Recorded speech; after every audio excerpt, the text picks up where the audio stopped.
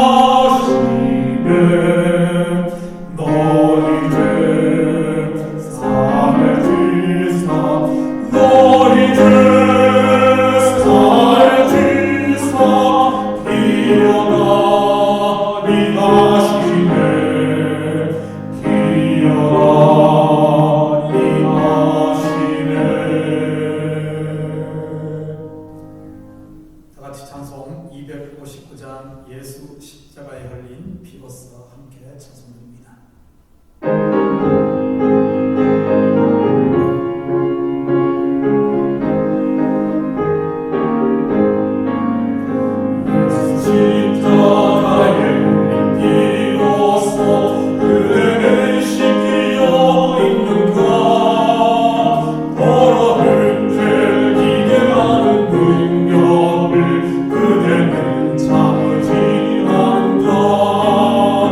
예수의 보혈로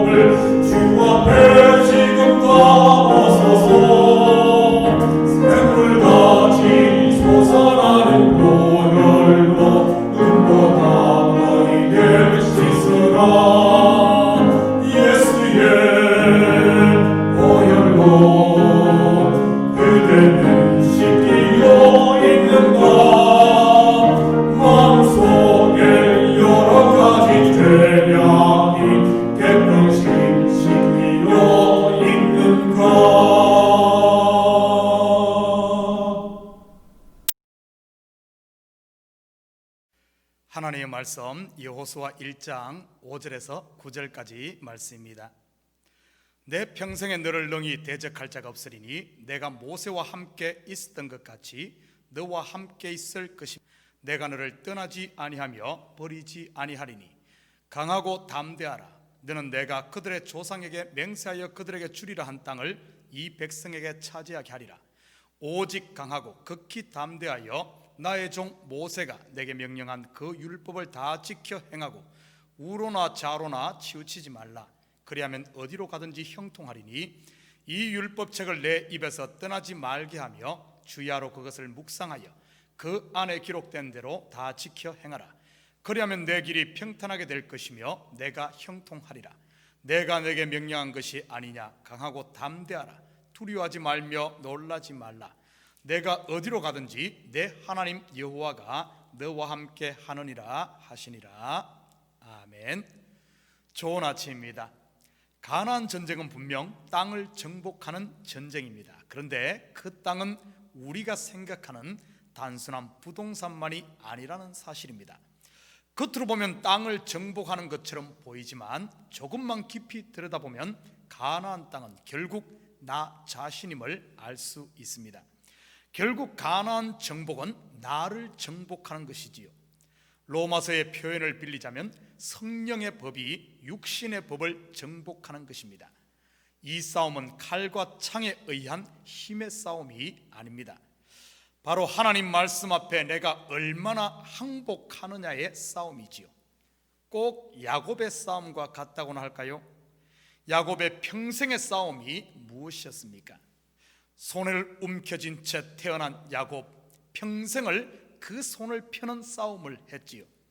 자신의 꾀, 욕심 포기하는 싸움 말이지요. 그 절정이 바로 야복 강가에서 천사와의 씨름이었고요. 결국 그의 힘의 근원인 환도뼈가 위골되고 나서야 싸움이 끝나잖아요. 그리고 새로운 이름을 받게 되지요. 바로 이스라엘, 하나님과 겨루어 이긴 자란 뜻이지요. 환도뼈가 위골되었다는 말은 죽었다는 뜻입니다. 결국 야곱이 죽음이 이긴 자가 되는 것이지요. 이스라엘로요. 말씀 앞에 내가 항복하며 죽을 때 그것을 이겼다고 하는 것입니다. 요한계시록에 보면 예수님을 이긴 자로 소개합니다. 세상 기준으로 보면 힘없이 십자가에서 죽었는데 말이죠.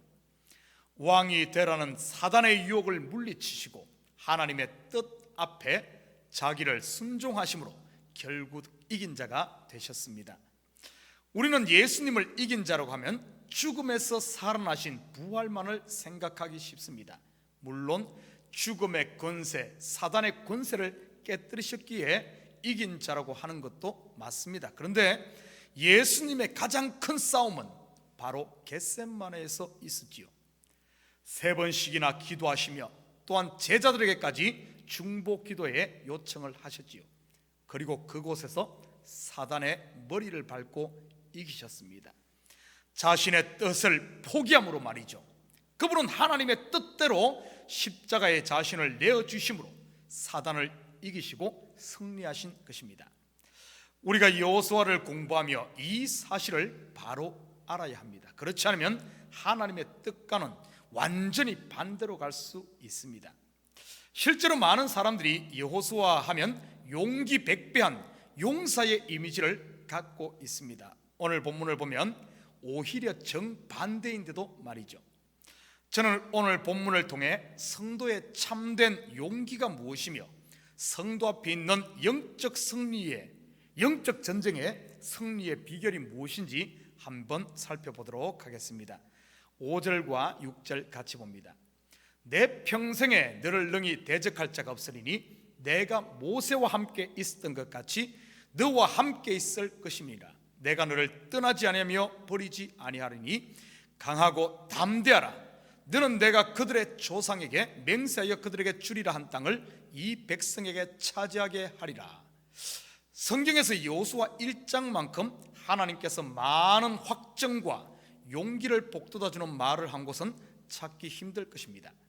이 말은 두 가지의 의미를 동시에 내포하고 있습니다. 그 첫 번째는 여호수아가 감당해야 할 미션의 중대함을 말하는 것입니다. 이것은 해도 되고 안 해도 되는 그런 것이 아니죠. 반드시 감당해야 할 사명이라는 것입니다. 여호수아에게는 가나안 땅을 정복하는 일이었지요. 그렇다면 우리가 정복해야 하는 가나안은 무엇이라고 했습니까? 바로 우리 속에 남아있는 옛사람, 곧 육신의 소욕을 이기는 일이라고 했습니다. 성령의 법으로 말이죠. 이것을 우리는 자기 부인이라고 합니다. 그런데 많은 성도들이 이것을 너무 가볍게 여기는 경우가 많습니다. 아예 싸움 생각조차 하지 않는 분이 많지요. 어떤 경우에는 이런 싸움이 있는지조차 모르는 경우도 있습니다. 이 싸움은 해도 되고 안 해도 되는 그런 것이 아닙니다. 반드시 감당해야 하는 거듭난 성도들의 우선순위이지요. 한번 생각해 보십시오. 애굽에서 나온 이스라엘은 전적인 하나님의 은혜로 그들이 해방되었지요. 그리고 광야 40년 동안 말씀으로 훈련받고 또한 연단받았습니다. 왜일까요? 왜 애굽에서 나왔으며 왜 광야에서 그 훈련을 받았을까요? 결국 가나안 땅에 들어가는 것이지요. 우리가 죄에서 구원받은 것은 내 공로와는 전혀 상관없이 전적인 하나님의 은혜입니다. 바로 어린 양 예수 그리스도의 피 공로이지요. 그리고 매 아침마다 주일마다 하루도 그러지 않고 우리가 말씀을 듣고 있습니다. 왜죠? 결국 말씀이 나를 주장하게 하고 십자가에서 하나님의 독생자 예수가 대신 죽은 내 옛 생각이 주장하지 못하게 하기 위해서죠. 바로 성령의 법을 쫓아 성령의 열매를 맺기 위함입니다.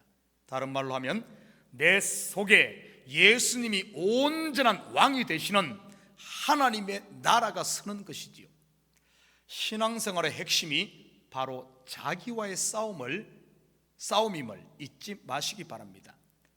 자신과 싸우는 사람은 남과 싸우지 않습니다. 자신과의 영적 전쟁을 포기한 낙오자들이 꼭 남과 싸운다는 사실입니다. 세상에서 좋은 일 많이 하는 게 신앙생활이 아닙니다. 복 많이 받고 잘 먹고 잘 사는 게 신앙생활이 아닙니다. 천국 가면 되는 것이 신앙생활이 아닙니다. 신앙생활은 가나안 땅을 정복하는 것이지요. 나를 부인하고 예수가 내 속의 왕으로 자정케 하는 것이지요. 이것이 바로 성도가 감당해야 할 가장 큰 사명입니다. 그럴 때 나를 통해 그리스도의 향기가 풍겨나지요. 그리스도가 드러납니다. 바로 정인되는 것 말이지요. 하나님의 영광이 나를 통해 나타나는 것입니다. 내 속에 성령이 충만할 때 말이지요. 하나님께서 여호수아에게 용기를 북돋아 주는 두 번째 이유는 그의 마음이 약해 있었다는 사실입니다. 만약 그가 담대함으로 가득 차 있었다면 왜 자꾸 강하고 담대하라고 하겠습니까? 여호수아의 마음은 마치 다윗 왕을 이어 왕이 된 솔로몬의 마음이었지요. 갓 왕위에 오른 솔로몬 또한 자신을 아이로 표현하지 않습니까? 열왕기상 3장 7절입니다. 나의 하나님 여호와여, 주께서 종의 아버지 다윗을 대신하여 왕이 되게 하셨사오나 종은 작은 아이라 출입할 줄을 알지 못하고 주께서 택하신 백성 가운데 있나이다. 그들은 큰 백성이라 수요가 많아서 셀 수도 없고 기록할 수도 없사오니.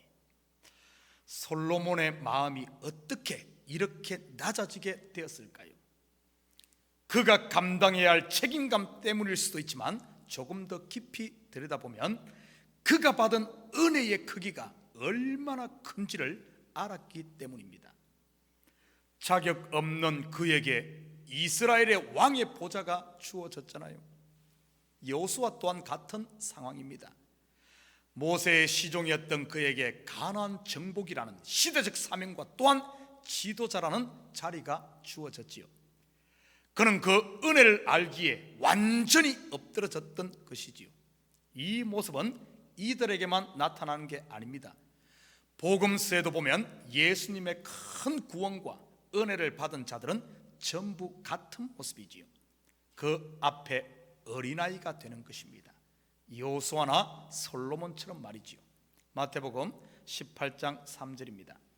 이르시되 진실로 너희에게 이르노니 너희가 돌이켜 어린아이들과 같이 되지 아니하면 결단코 천국에 들어가지 못하리라. 이렇게 어린아이의 마음이 된 사람들에게 어떤 일이 일어날까요? 마가복음 5장 33절 34절입니다.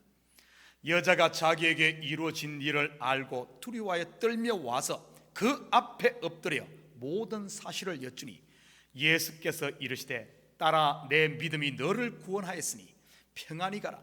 내 병에서 놓여 건강할지어다. 용기를 주시며 다시 일으키시지요. 요한복음 8장 10절 11절입니다. 예수께서 일어나사 여자 외에 아무도 없는 것을 보시고 이르시되 여자여, 너를 고발하던 그들이 어디 있느냐? 너를 정죄한 자가 없느냐? 대답하되 주여, 없나이다. 예수께서 이르시되 나도 너를 정죄하지 아니하노니 가서 다시는 죄를 범하지 말라 하시니라. 죽음에서 건져내신 여인에게 새로운 미션을 주시네요. 가서 다시는 죄를 범하지 말라. 무슨 뜻일까요? 이제는 육신의 소욕과 싸우라는 뜻이지요. 사랑하는 성도 여러분, 오늘 하루도 내가 정복해야 할 가나안이 보이십니까? 바로 여러분 옛 자아 말이지요. 순간순간 여러분 스스로도 깜짝 놀라게 할 육신의 생각들이 일어나거든 피하거나 숨지 마십시오. 사실을 인정은 하시되 그것에 굴복하지는 마십시오. 있는 그대로를 직시하시고 당당히 예수의 이름으로 맞서시기를 바랍니다. 마음을 강하게 하라. 담대히 하라. 내가 너와 함께 하리라. 오늘 하루도 주님의 이 용기와 위로의 음성을 듣는, 그래서 승리하는 하루, 복된 하루가 되시기를 주님의 이름으로 축복합니다. 우리 기도드립니다. 사랑의 아버지 하나님, 참으로 감사드립니다. 이 아침도 어린아이와 같이 겸손하고 낮아진, 그리고 하나님의 은혜를 아는 저희들을 다시 일으켜 주시고 마음을 강하게 하라. 담대히 하라. 주님의 이 아버지 하나님 용기를 주시는 확신적인 음성이 우리 귀에 쟁쟁이 들려져 오늘 하루도 아버지 하나님 정말 자기를 부인하고 예수의 이름을 드러내는 승리의 하루가 될 수 있도록 축복하여 주시옵소서. 감사드리며 예수님의 이름으로 기도드립니다. 아멘.